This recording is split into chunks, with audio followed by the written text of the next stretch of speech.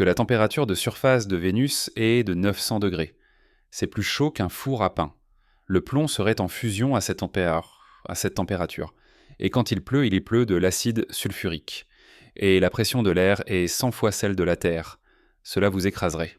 Réalisant plusieurs découvertes révolutionnaires, les Soviétiques étaient en tête de la course spatiale. Mais au milieu des victoires et des triomphes, il y avait plusieurs secrets et histoires cachées du public et des autres rivaux spatiaux.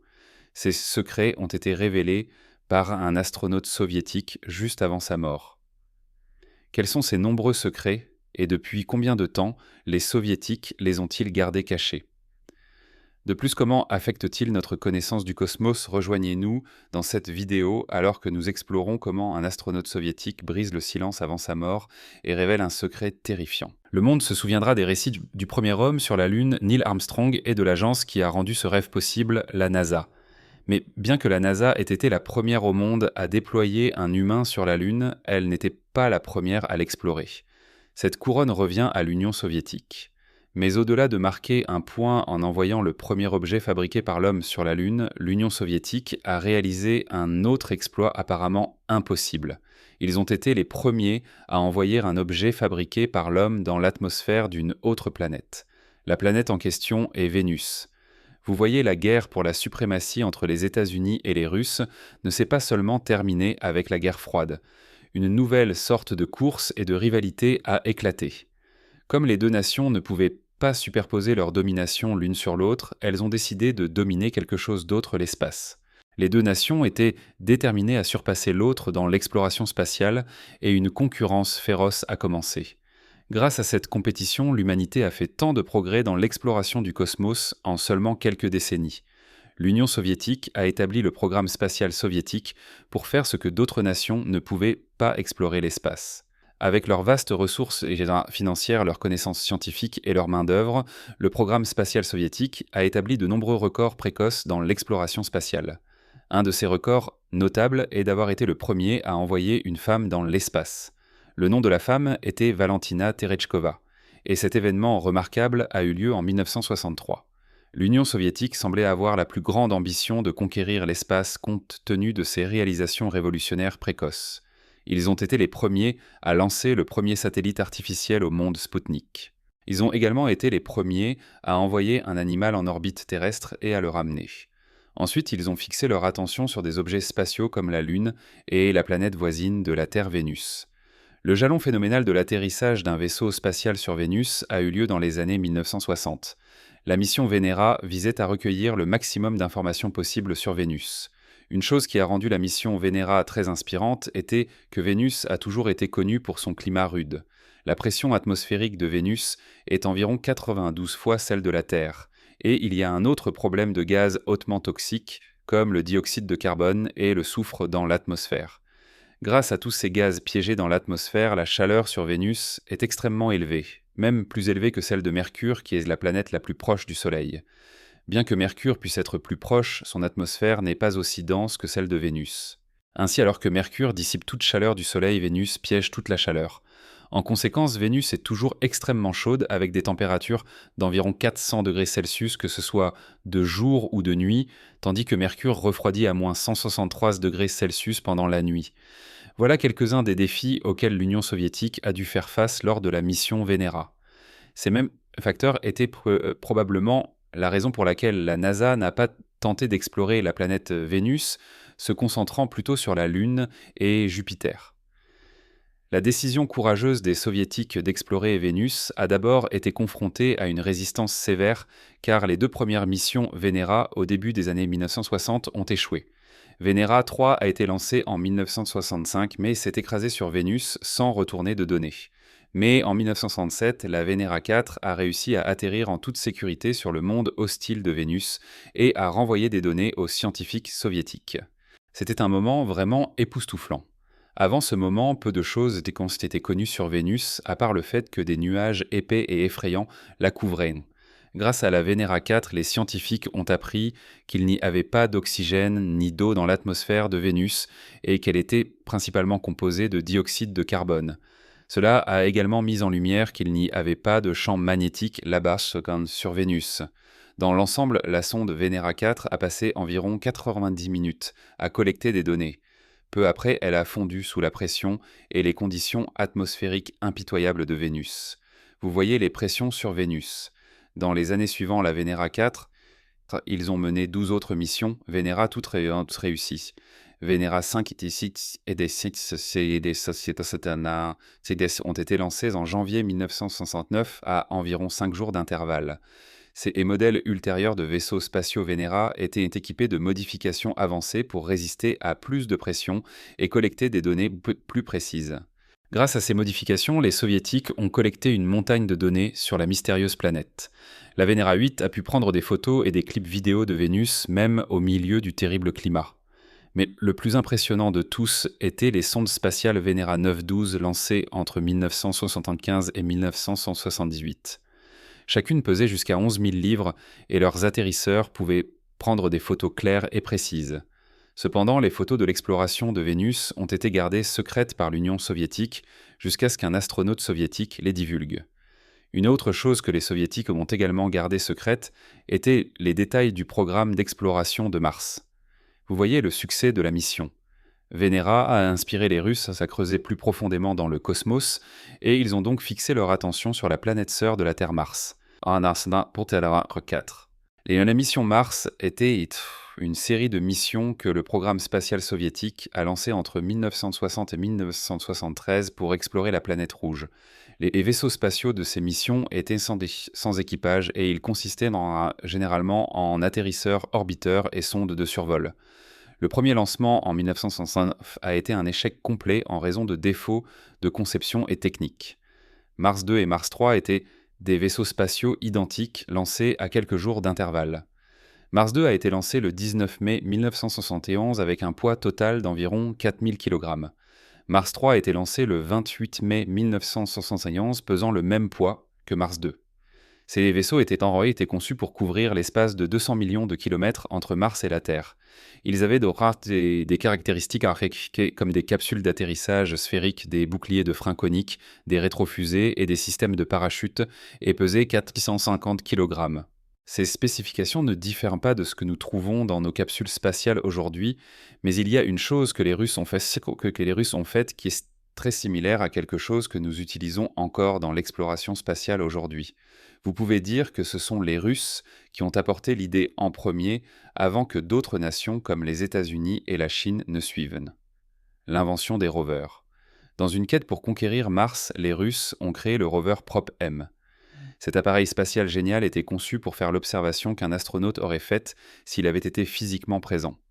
De forme carrée et pesant environ 5 kg, le rover était conçu pour naviguer facilement sur la surface martienne grâce à ses skis spéciaux qui offraient un mouvement de saut. C'était un véritable chef-d'œuvre d'ingéniosité conçu pour naviguer sur les terrains accidentés de Mars. Les systèmes de détection de ce petit chef-d'œuvre pouvaient détecter des rochers ou des fossés à l'avance et les éviter complètement. Mais le fait le plus intéressant est que les soviétiques ont pu concevoir ce robot pour fonctionner de manière autonome dès 1971. Le rover Prop-M était le premier dispositif d'exploration robotique, mais il n'était pas sans fil. Un câble d'environ 15 mètres de long le reliait à la capsule d'atterrissage. Grâce aux données relayées par ce petit robot, les soviétiques ont appris tout sur la densité, la texture, la résistance du sol martien et plus encore. Ils auraient fait beaucoup plus de découvertes si seulement le rover avait duré un peu plus longtemps. Mais le Prop-M n'a duré qu'environ 20 secondes. Le vaisseau spatial Mars 2 n'a jamais atterri, mais s'est écrasé lamentablement. Tout cela était dû à un dysfonctionnement de ces systèmes. Le Mars 3, en revanche, a parfaitement réussi son atterrissage, devenant le premier engin fabriqué par l'homme à effectuer un atterrissage doux réussi sur la Lune. C'était un jalon phénoménal pour les Russes, qui les a de nouveau placés en tête dans la course épique de l'exploration spatiale contre leurs rivales, les États-Unis. Les missions Mars 2 et Mars 3 ont été gravées dans l'histoire comme les missions pionnières à la surface martienne. Le Mars 3, tout comme le Mars 2, pesait environ 650 kg. Il comprenait deux parties principales, un orbiteur et un module d'atterrissage. L'objectif principal de ces vaisseaux spatiaux était d'observer Mars depuis l'orbite et aussi de près depuis sa surface. Des images aux données sismiques, le vaisseau spatial était conçu pour obtenir autant d'informations que possible. Ainsi, il était préinstallé avec divers instruments comme des spectromètres ultraviolets, des caméras photo, des infrarouges et des magnétomètres. Les spectromètres ultraviolets ont analysé l'atmosphère et le sol sur Mars, tandis que les magnétomètres ont mesuré l'intensité et la direction du champ magnétique. Les radiomètres sont responsables de la collecte de données sur la pression atmosphérique et les niveaux de vapeur d'eau. Donc vous voyez, les Mars 2 et 3 étaient des vaisseaux très sophistiqués, avec une technologie bien en avance sur leur temps. Ces deux vaisseaux spatiaux ont une partie spéciale appelée l'atterrisseur, conçu pour survivre à l'impact lors de la descente. L'ensemble du concept du système d'atterrissage était très fascinant. Tout d'abord, la séquence d'atterrissage impliquait le déploiement d'un parachute spécialement conçu pour l'atmosphère martienne. Ensuite, un ensemble de rétrofusées serait activé après un court laps de temps pour faciliter un atterrissage en douceur. Mais il ne fallut pas longtemps après que le Mars 3 de l'URSS ait atterri qu'il a soudainement perdu contact avec la base. Cependant, à ce stade, l'URSS avait acquis une richesse significative de connaissances scientifiques et d'avancées technologiques. De plus, ils avaient goûté à la victoire, et donc leurs ambitions n'étaient en aucun cas découragées. Bien que les missions martiennes de l'URSS aient pu être motivées par le désir de surpasser les États-Unis, il y avait aussi un autre agenda. Vous voyez, les soviétiques cherchaient également la réponse à un grand mystère, le mystère des extraterrestres vivant sur Mars. Le rover martien n'était pas seulement équipé pour observer et analyser le sol et les conditions météorologiques. Il était également équipé pour rechercher des signes de forme de vie biologique. Le vaisseau spatial Mars 3 a transmis la première image en direct de Mars. Mais ce n'était pas grand-chose. Tout ce qui pouvait être vu dans l'image était un fond gris. Détecter un extraterrestre ou quoi que ce soit d'autre, à partir d'une telle image, était pratiquement impossible. Néanmoins, c'était une percée remarquable et l'Union soviétique en était très fière. Mais voici ce qui s'est passé après l'atterrissage inspirant de l'Union soviétique sur Mars. Le secret a été révélé par un astronaute soviétique. Le Mars 3 est devenu silencieux après environ 15 secondes de transmission de données vers la Terre. Personne ne sait ce qui a causé cette interruption soudaine de transmission, mais le dispositif ne s'est jamais rallumé. Et c'est ainsi que ce qui aurait pu être une mission splendide s'est terminé abruptement. Tant de théories ont été spéculées pour expliquer cette interruption soudaine de transmission. Certains ont dit que c'était à cause de la tempête de poussière martienne à la surface. Mais d'autres groupes croient qu'une entité martienne a dû faire quelque chose pour faire échouer le Mars 3. En d'autres termes, des extraterrestres pourraient être responsables de cet incident majeur. La perte de transmission a été un mauvais tournant. Puisqu'il n'y avait aucun moyen de communiquer, les scientifiques, à la base, n'avaient aucun moyen de discerner le sort du Mars 3 ou de son rover. Vous voyez, le rover Prop-M devait être manipulé par le bras spécialisé du vaisseau spatial Mars 3 auquel il était relié. Il était également conçu pour ne pouvoir se déplacer que dans le champ de vision des caméras installées sur le Mars 3. Idéalement, ce rover aurait dû s'arrêter pour prendre des mesures à chaque 5 pieds parcourus. Mais malheureusement, il n'a jamais eu la chance d'explorer une grande zone de la surface martienne. Juste pour votre information, les soviétiques n'ont jamais mentionné les rovers Prop-M dans les rapports officiels. En fait, ils l'ont gardé secret pendant plus de 20 ans, d'un peu de 20 ans. Ce n'est qu'en 1990 que ce secret a été divulgué et que le monde entier a su que ces petits robots avaient été déployés sur Mars. Ces sources révèlent également que les vaisseaux spatiaux Mars 6 et Mars 7 avaient également des rovers. Tout cela vous fait vous demander s'il y a d'autres détails que les soviétiques ont gardés secrets du reste du monde. Peut-être d'autres créatures d'un autre monde, ou peut-être un martien.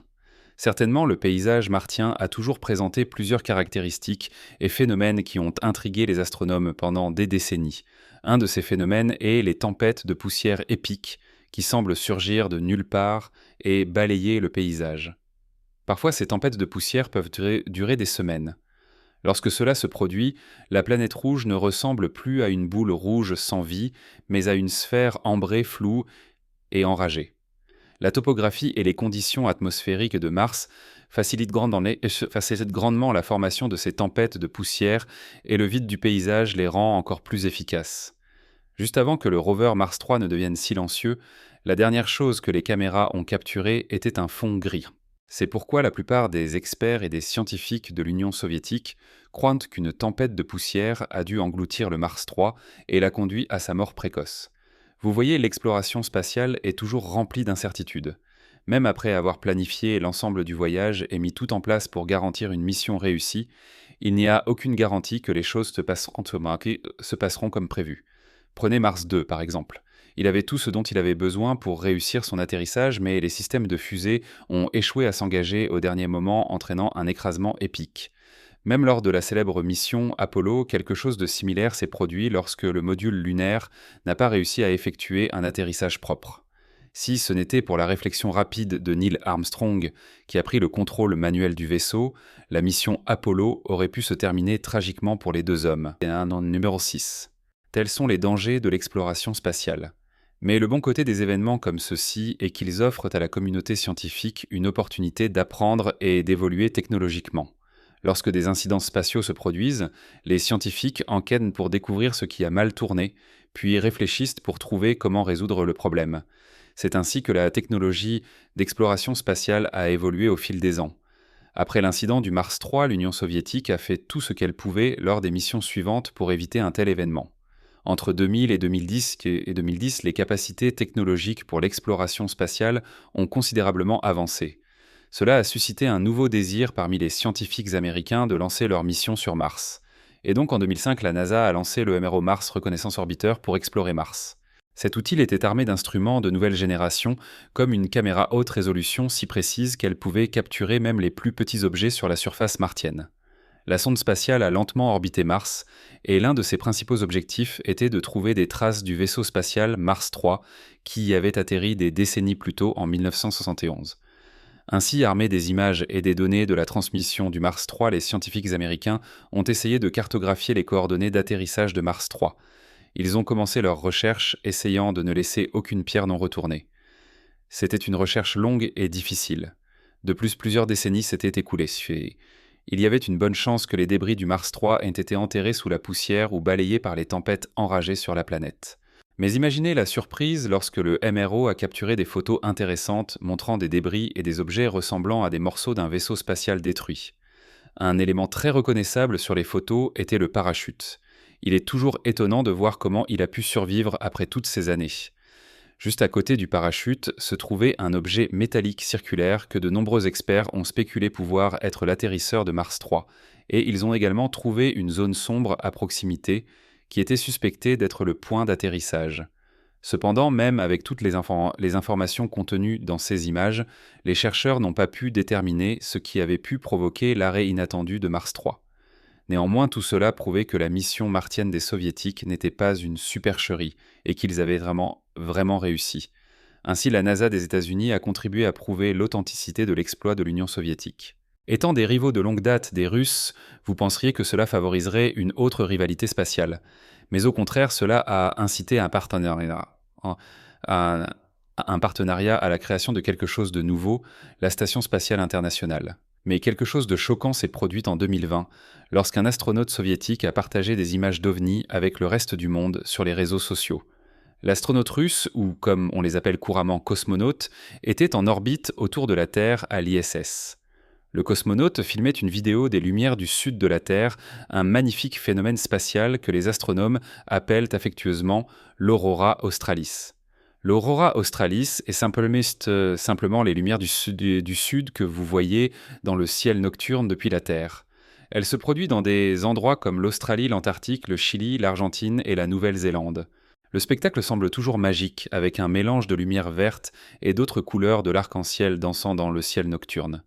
Depuis l'espace, ces lumières peuvent encore être vues apparaissant comme une sorte de couronne au-dessus de la Terre. Ce cosmonaute qui se nomme Ivan Wanger s'amusait à admirer les aurores jusqu'à ce qu'il repère autre chose se déplaçant dans une formation unique. Dans la vidéo, vous voyez le bord courbé de la Terre, plusieurs étoiles en arrière-plan et les aurores pas trop visibles. Mais en regardant de plus près à gauche, vous trouvez un groupe de 4 ou 5 objets avec des lumières brillantes glissant lentement au-dessus de la Terre à des distances égales les uns des autres. La courte vidéo n'a duré qu'environ 1 minute, mais l'homme qui l'a publiée a expliqué qu'il l'avait filmée en accéléré. En temps réel, ces objets ont en fait duré environ 52 secondes. La vidéo étrange a rapidement attiré l'attention sur les réseaux sociaux, avec une grande partie de la population soutenant le cosmonaute dans sa conviction qu'il s'agissait en fait d'OVNI. L'apparition et la disparition mystérieuse des objets et leur formation unique ressemblent à plusieurs de nos expériences avec des ovnis au fil des ans. Cependant, la Station spatiale internationale n'a jamais commenté cette affaire. En fait, ils n'ont pas mentionné la vidéo depuis 2020, malgré le fait que Ivan Wanger l'ait soumise pour analyse. Et donc, une fois de plus, nous sommes laissés avec un mystère spatial entre les mains et aucune réponse à venir. Des scénarios comme ceux-ci vous font vous demander combien de choses ces agences d'exploration spatiale savent que le reste du public ne sait pas. Pendant longtemps, nous avons vu des agences comme la NASA faire face à des pressions et à des allégations de lanceurs d'alerte concernant certaines informations divulguées sur des extraterrestres et des ovnis. Mais il semble que d'autres agences spatiales soient également impliquées dans la conservation des secrets sur le cosmos loin du public. Les missions d'exploration soviétiques sur Vénus et Mars ont produit tellement de données et d'informations sur ces planètes. Et pourtant, comme l'a révélé un astronaute soviétique, toutes ces données n'ont pas été partagées avec le public. Lors de la dernière mission, Venera en 1982, la Venera 13 a réussi à prendre des photos claires et de haute qualité de Vénus et a également recueilli beaucoup d'autres données sur le paysage. Elle a même détecté des traces de molécules organiques à la surface, laissant entendre que des formes de vie biologiques pourraient être présentes sur la planète. Cela vous fait vous demander, pourrait-il y avoir des extraterrestres sur Vénus ? Et les soviétiques les ont-ils rencontrés par hasard lors de l'une de ces missions ? Pour l'instant, nous ne connaissons peut-être pas les réponses. Mais espérons qu'à l'avenir, toute la vérité sur ces missions des agences spatiales sera révélée, que ce soit officiellement ou officieusement. Merci d'avoir regardé un autre épisode de Voyager. Pendant que vous êtes encore là, cliquez sur la vidéo sur votre écran pour voir d'autres vidéos époustouflantes comme celle-ci.